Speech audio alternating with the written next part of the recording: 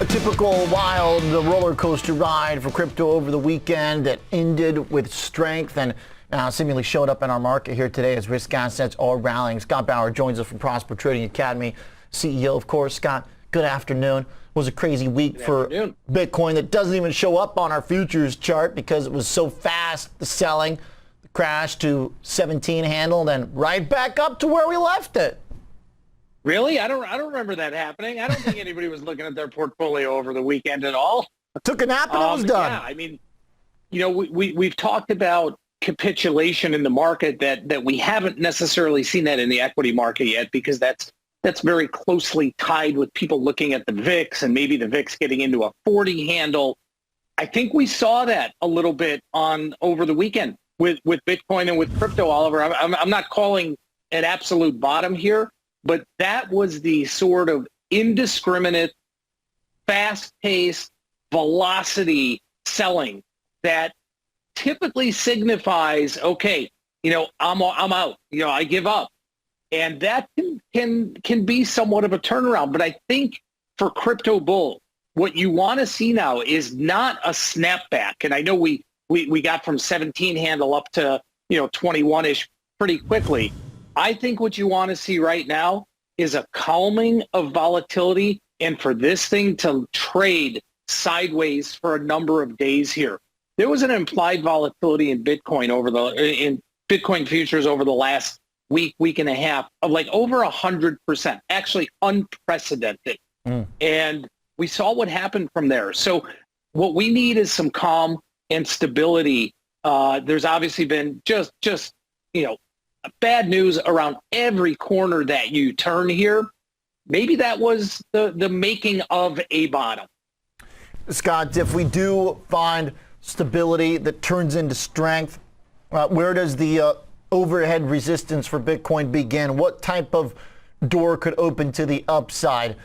Could we have a classic Bitcoin, a rocket ship take off again, or has the past 7 months created too much resistance for the way up?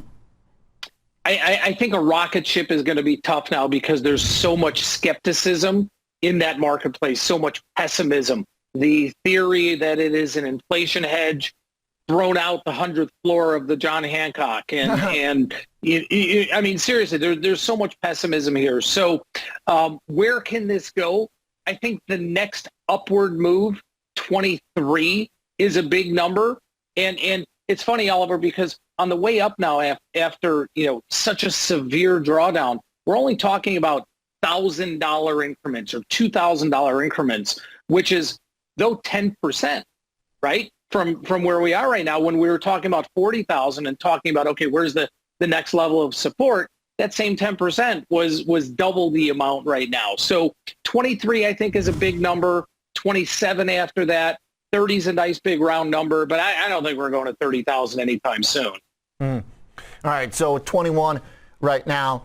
Stability, I guess, what bulls should be hoping for in the medium term. Do you think the stability in Bitcoin, or maybe even the strength to come back, is tied into our equity strength here today? What's your overall thought on this kind of broad bounce back and the most beaten down stuff? Bitcoin was first, but today we're talking stocks like Chewy up 11.5%, Rivian up 12.5%. Yep. A lot of these big moves that sometimes are the key tells for a big spurt of growth buying.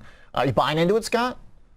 Not really, not yet. But I think what's really interesting is we expected, myself included, last Friday with quad witching, one of the biggest expirations dollar-wise ever, if not the biggest. I think it was like $3.8 trillion of expiring options. And you know what? The market kind of went out with a dud on Friday. If you think of where we had been all week and the amount of just expiring options.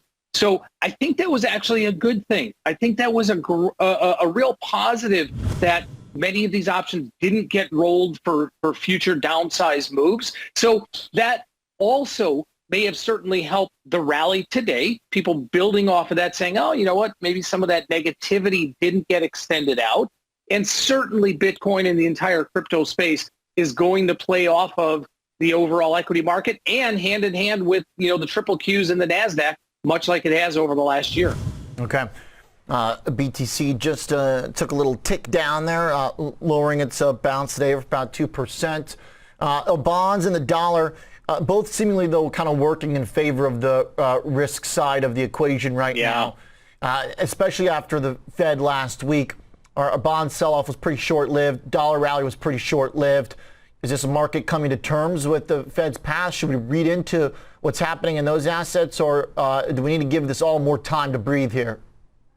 Well, I think the market is digesting it a little bit. I mean, you don't have a big move in bonds today, but the 10-year has ticked up. The rates have ticked up a little bit. Dollars off a little bit. And I think the market is coming to terms with these higher rates now.